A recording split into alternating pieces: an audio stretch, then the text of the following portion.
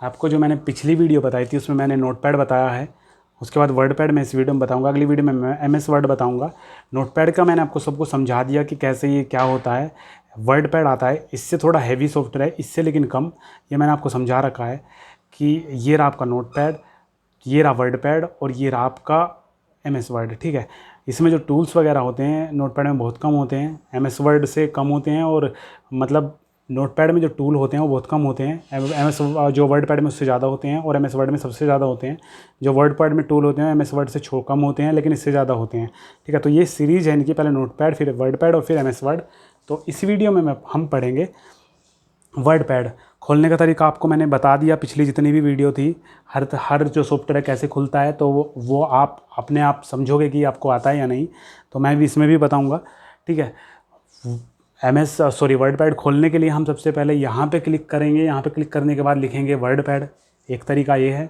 दूसरी चीज़ है, मैं कीबोर्ड पे दबाऊंगा विंडो का बटन, फिर लिखूंगा वर्डपैड और एंटर दबा दूंगा, तो हमारा वर्डपैड खुल जाएगा।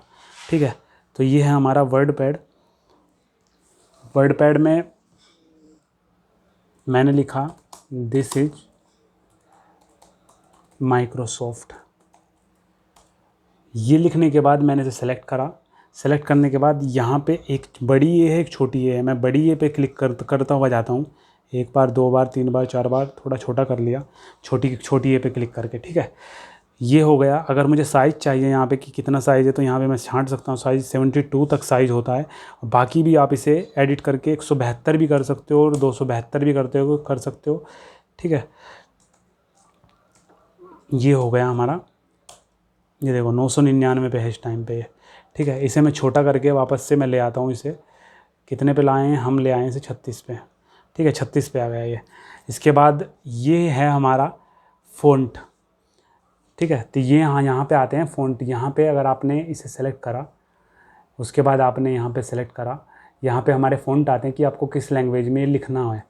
ठीक है, मैं इसे करता हूँ ये वाला ऑप्शन, तो ये आ गया दिस इज़ माइक्रोसॉफ्ट। ऐसा होता है, ये डाउनलोड करने पड़ते हैं कंप्यूटर में। बहुत सारे ये फ्री मिलते हैं कंप्यूटर में। जब आप कंप्यूटर लाते हो बहुत सारे आपको डाउनलोड करने पड़ते हैं। तो ये जो है मैंने डाउनलोड करा हुआ है। तो अगर मैं इसमें अपना कोई रिज्यूम बना के ले जाता हूँ, हेडिंग में इस टाइप का रख देता हूँ, तो जब किसी दूसरे लैपटॉप में मैं अपनी पेन ड्राइव लगाऊंगा तो ऑटोमेटिक, अगर ये वाला फ़ॉन्ट उसके, इन्हें बोलते हैं फ़ॉन्ट, तो अगर ये फ़ॉन्ट उसके पास नहीं होने का तो ऑटोमेटिक ये सिंपल हो जाएगा, जैसा कि बिल्कुल मतलब अच्छा नहीं लगने का। तो समझ रहे हो ना मैं क्या बता रहा हूँ? तो ये जो फ़ॉन्ट हैं अगर दूसरे लैपटॉप में भी होंगे जिसमें आप पेन ड्राइव लगाओगे तो ऑटोमेटिक ये वाले बन जाएंगे वहाँ पे। ठीक है, चलो आगे समझाने की आपको कोशिश करता हूँ। ये हो गए आपके फ़ॉन्ट। तो जितना आप इसे करना चाहोगे, जैसे हम माइक्रोसॉफ्ट को थोड़ा सा अंडरलाइन करना चाहते हैं, तो यहाँ पे क्लिक करके यू पे क्लिक करते हैं। यू मतलब अंडरलाइन। ठीक है, इस पर सेलेक्ट करके हम इसे थोड़ा इटैलिक कर लेते हैं, फिर बोल्ड कर लेते हैं, तो थोड़ा सा और मोटा हो गया है। ठीक है, अगर हम फ़ॉन्ट बदलना चाह रहे हैं, फ़ॉन्ट हमें अच्छे नहीं लग रहे हैं, तो हम क्या करते हैं, सेलेक्ट करने के बाद यहाँ से हम छांटते हैं ये वाले फ़ॉन्ट, देखो।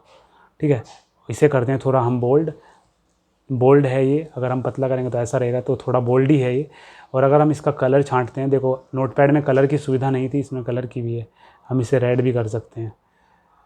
हमने इसे सेलेक्ट करा और यहाँ से हमने कर दिया, यहाँ पे क्लिक करने के बाद रेड, सही है ना?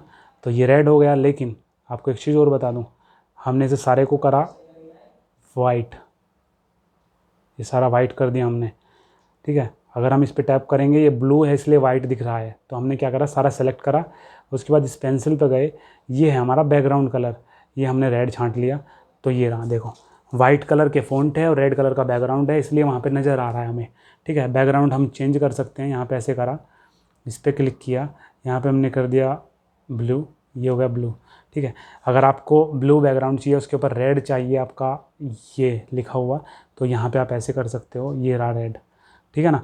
तो ये हो गया बैकग्राउंड, ये हो गया ऐसा। और ये आपका जो पावर होती है, जो इसे घात बोलते हैं हिंदी में, एक्स की पावर, और ये है आपका बेस। अगर आपको लिखना है तो इनकी हेल्प की ज़रूरत पड़ती है। जैसे आपको मैं बता रहा हूँ, एक्स लिखा आपने, सॉरी, इसे वापस से उसी तरीके से लाने के लिए हम क्या करते हैं, बैकग्राउंड को करते हैं नो कलर और इसे करते हैं हम ब्लैक कलर ऑटोमेटिक वाला। ठीक है, एक्स लिया हमने, इसके बाद टू रखा, तो टू को हम सेलेक्ट करते हैं। टू को सेलेक्ट करने के बाद अगर आप ऊपर करोगे तो ये स्क्वायर हो जाएगा, लेकिन अगर टू को हम स्क्वायर हटा देते हैं तो वैसे ही हो जाएगा, और हम अगर नीचे की तरफ करें तो बेस हो जाएगा। ये बेस हो गया एक्स का, ठीक है ना। तो ये ऑप्शन है।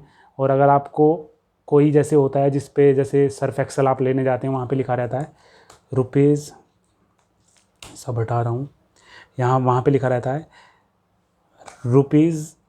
₹99, और ये कटा हुआ होता है, आगे लिखा रहता है कितना, जैसे कि सॉरी यहाँ पे हम करते हैं, ये ज़्यादा कम हो जाएगा, ठीक है ना।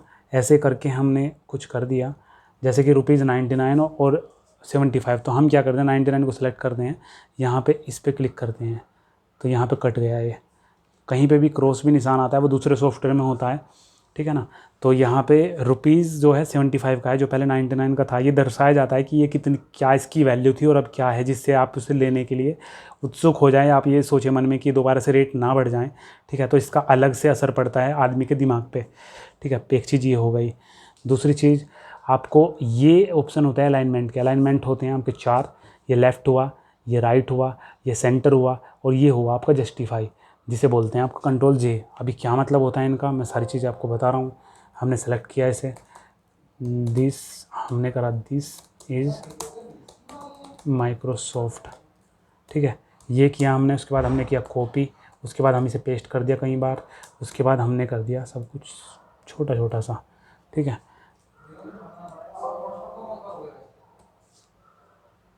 तो मैंने आपको समझाने के लिए लिख लिया है, दिस इज़ माइक्रोसॉफ्ट, मैंने बहुत बार कॉपी पेस्ट कर लिया है।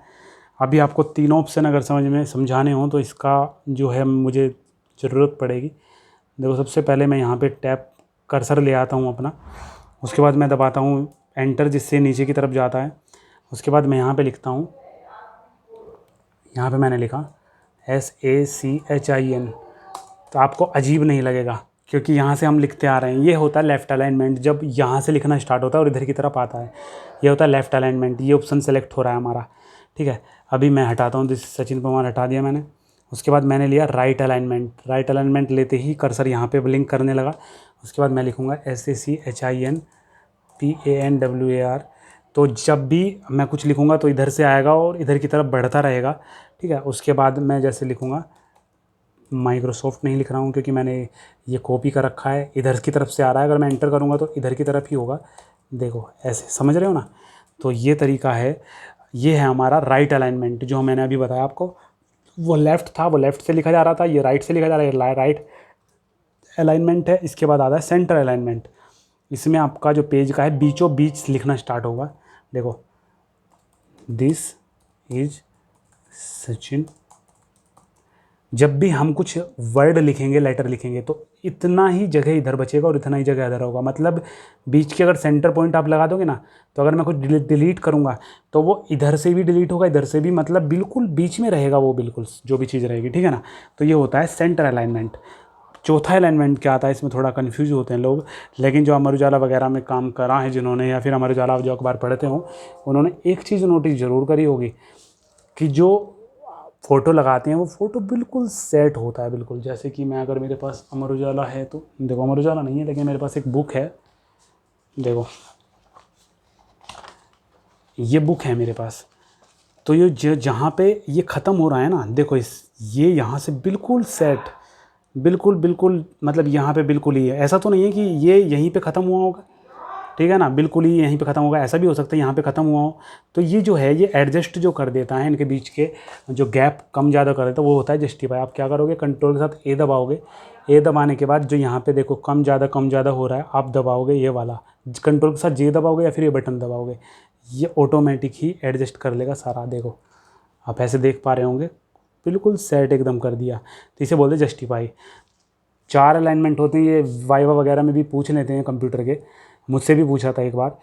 तो लेफ़्ट बुश, मतलब उस टाइम पे जब मुझसे पूछा था, मुझे 3 ही पता था, मुझे चौथा जस्टिफाई पता नहीं था। उस टाइम पे जब मैं बाहर आ गया तब मैंने ध्यान दिया कि जस्टिफाई होता है, मैं 3 बता के वहाँ पे आया था, तो गलत था उस टाइम पे, वो बहुत कई साल पहले की बात हो गई। तो आप ये गलती मत करना, आप 4 बताना है अलाइनमेंट। पहला होता है लेफ़्ट अलाइनमेंट, जिसमें इधर से लिखा जाता है, राइट अलाइनमेंट में राइट से लिखा जाता है, सेंटर अलाइनमेंट में बीच से लिखा जाता है, और जस्टिफाई अलाइनमेंट होता है जो लिखा हुआ है आपने वो बिल्कुल तरीके से लिख देना, ठीक है ना। तो ये होता है अलाइनमेंट आपके। और अगर इनके बीच में आपको जगह करनी है थोड़ी थोड़ी सी ज़्यादा मतलब ज़्यादा ऐसे हो रहे हैं तो ये रहा ऑप्शन आपका ऊपर, यहाँ से आप ले सकते हो 2, तो थोड़े से यहाँ पे गैप आ गया बीच में, ठीक है। इसमें थोड़े ज़्यादा भर जाएंगे पेज, अगर कहीं से आप कॉपी पेस्ट कर रहे हो, कुछ प्रोजेक्ट है स्कूल का तो इतने बड़े बड़े आ रहे हैं तो आप उन्हें एक ही पेज पे लाने के लिए आप ऐसे कर सकते हो कि एक कर दिया आपने, बहुत ही छोटे छोटे हो जाएंगे। तो हम कैफ़े पे बहुत करते हैं ये चीज़ें, जैसे हमारे पास कोई कॉपी पेस्ट हमने करी और कोई बच्चे ने कहा कि सर कि भैया हमें तो एक ही पेज पे दे दो निकाल के, या फिर 10 पेज का हम 2 या 3 पेज में निकाल दो। तरीका यही होता है, सबसे पहले तो इस ऑप्शन पे क्लिक करने के बाद ठीक है, यहाँ से हम 1 मतलब ये होता है लाइन स्पेसिंग होता है, लाइन के बीच में कितनी स्पेस होगी आपकी, ठीक है। यहाँ पे अगर वो बोलता है छोटा सा है कि ये पूरे पे फैला दो, तो यहाँ पे 1.5 कर दिया हमने, 1.5 करने पे थोड़ी सी स्पेस बढ़ जाती है। और इसे करते हैं हम 1, सॉरी यहाँ से हम करते लाइन स्पेसिंग को करते हैं हम 1। और अगर फिर भी बोल रहा है कि और भी कम करना है हमें, और भी कम पे आना चाहिए, तो हम यहाँ पे करते हैं फ़ॉन्ट को छोटा, यहाँ पे फ़ॉन्ट को छोटा करते हैं, छोटा करते हैं, ठीक है ना, छोटा करते जाते हैं। इसमें जितना भी आप करोगे वो उतना हो जाएगा, ठीक है ना, बिल्कुल ज़रा से में आ जाएगा, लेकिन लिखने में थोड़ा सा दिखने में दिक्कत होती है, लेकिन कुछ बच्चे बोलते हैं कि और छोटा कर दो, ठीक है। यहाँ पे पेंट ड्राइंग, यहाँ पे अगर आपको कुछ आर्ट वगैरह बनानी है, इस सॉफ्टवेयर से आर्ट वगैरह बन जाती है। चलो बना के मैं आपको दिखा देता हूँ एक बार। तो ऐसा करते हैं, जैसे कि पहले इसका यूज कहाँ पे होता है, मान लो आप पहली क्लास का दूसरी क्लास का पेपर बना रहे हो, वहाँ पे आप कुछ ऐसा बना रहे हो, कोई एक जोकर टाइप बनाना है आपको, छोटा सा बच्चा बनाना है, गुड्डा बनाना है। तो आप क्या करते हो, मान लो आपका नेट वगैरह पे ढूंढने में टाइम लगेगा, तो आप पेंट पे जाओगे, पेंट पे जाने के बाद आपने ऐसा कुछ करके, ठीक है, ऐसे करके कुछ बना दिया, ठीक है। उसके बाद आप इसे कैंसिल कर दो यहाँ से, तो ये यहाँ पे आ जाएगा। उसके बाद आप इसे छोटा बड़ा जैसे करना चाहो वैसे कर सकते हो, ठीक है। तो वो यहाँ पे आ जाते हैं, वहाँ से करने के बाद MS वर्ड में भी आता है, MS वर्ड में भी अलग से आ जाता है, ठीक है। तो पेंट वगैरह का अलग ही हिसाब है, ये टाइम और डेट है किस तरीके से आपको देखनी है, ये यहाँ पे ला सकते हो आप कि कब आपने डॉक्यूमेंट क्रिएट करा। आपको अलग से मतलब आज की अगर मैं वीडियो बना रहा हूँ वो 1 मई को, तो 1 मई का टाइम और डेट आ जाएगा। अगर 2 मई हो जाए तो अपने आप ही 2 मई यहाँ पे आ जाएगा, ठीक है। ऑब्जेक्ट वगैरह इंसर्ट कराने यहाँ से हो जाएगा, और आपको फाइंड कुछ करना है कंट्रोल F से भी हो जाएगा। और जैसे यहाँ पे मैंने लिखा FRIDAY, यहाँ पे करके मैं एंटर कर रहा हूँ, तो ये आ गया आपके फ्राइडे। ये रहा, कितने भी अगर 4000 पेज हैं, 5000 पेज हैं, जब कोई SSC वगैरह का रिजल्ट आता है तो हम इसी तरीके से ढूंढते हैं, कंट्रोल F दबाते हैं और ढूंढ लेते हैं। और जो अलग और ऑप्शन है जो मैंने पिछले उसमें भी बताया था, वो है रिप्लेस का, कंट्रोल H से भी काम होता है इसका। तो फ्राइडे को रिप्लेस करना है हमें, फ्राइडे की जगह क्या करना है, SATURDAY, तो इसमें है रिप्लेस ऑल, तो जितने भी रिप्लेस आप कहोगे उतने रिप्लेस हो जाएंगे। और लिखा हुआ भी आ जाता है उसमें MS वर्ड में कि कितने रिप्लेस आपने करे हैं, कितने रिप्लेस हुए हैं।